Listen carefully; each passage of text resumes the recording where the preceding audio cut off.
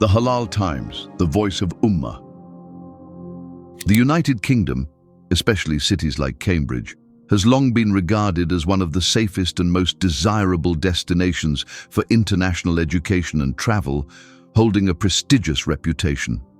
However, recent events are profoundly challenging this perception, especially after the death of a Saudi student who was explicitly attacked for no reason whatsoever except for being a foreign Muslim.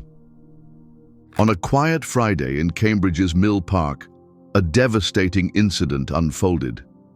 20-year-old Mohammed Yousef Al-Qassem, a Saudi student on a short-term language course, was tragically killed in what authorities described as an unprovoked attack. Mohammed had traveled to the UK with a dream to enhance his education, master English, and eventually become a doctor. Described by family as calm, kind-hearted, and full of ambition, his life was cut short, far from home. Police arrested 21-year-old Chaz Corrigan, who has been charged with murder and possession of a knife in a public place. He appeared at Cambridge Crown Court and is due back for arraignment in September. Mohammed's family, devastated and in mourning, has travelled to the UK to repatriate his body. His uncle, Majed Abalkail, shared deep concerns in an interview with The National, voicing not only his grief but also growing unease about the safety of international students in Britain.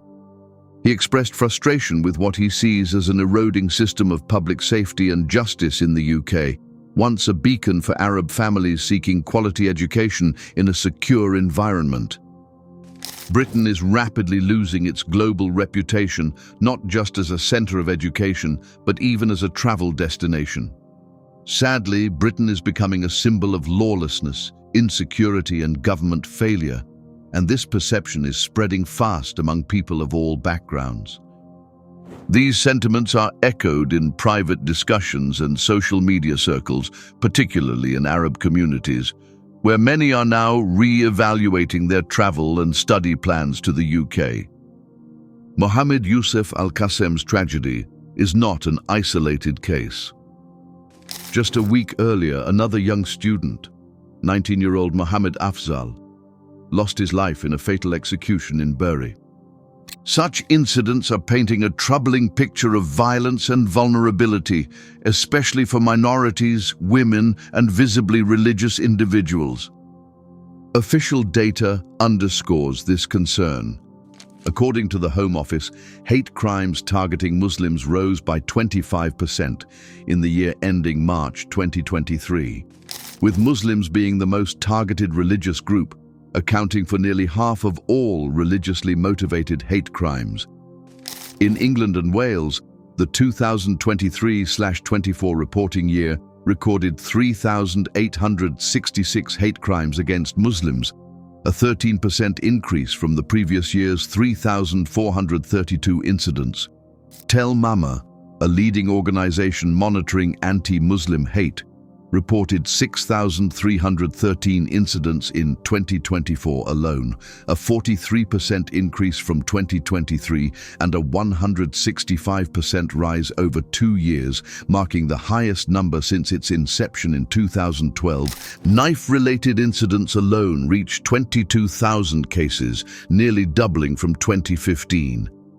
These are not just numbers, they represent shattered lives, broken families, and growing fear. Muslim women, particularly those wearing the hijab, have reported rising levels of targeted abuse, from verbal assaults to acts of vandalism against religious sites. The sense of security once associated with Britain is slowly fading. Recent cases such as the defacement of graves or the attempt to intimidate mosques highlight a rising concern about social cohesion and tolerance. Mohammed was not just a talented student, but also a committed volunteer who served pilgrims visiting the Kaaba in Makkah. His funeral is scheduled to take place in Masjid al-Haram, the same place where he previously served. The tragic loss of Mohammed represents more than just a single act of violence. It symbolizes a deeper issue that reveals the dangers currently faced by Muslims in the UK. The UK remains home to many communities who are kind, welcoming and supportive. But the system must now confront the growing fears of families worldwide. That's all for today. If you found the video informative and engaging, please like it and subscribe to the channel. Jazak Allahu khairan.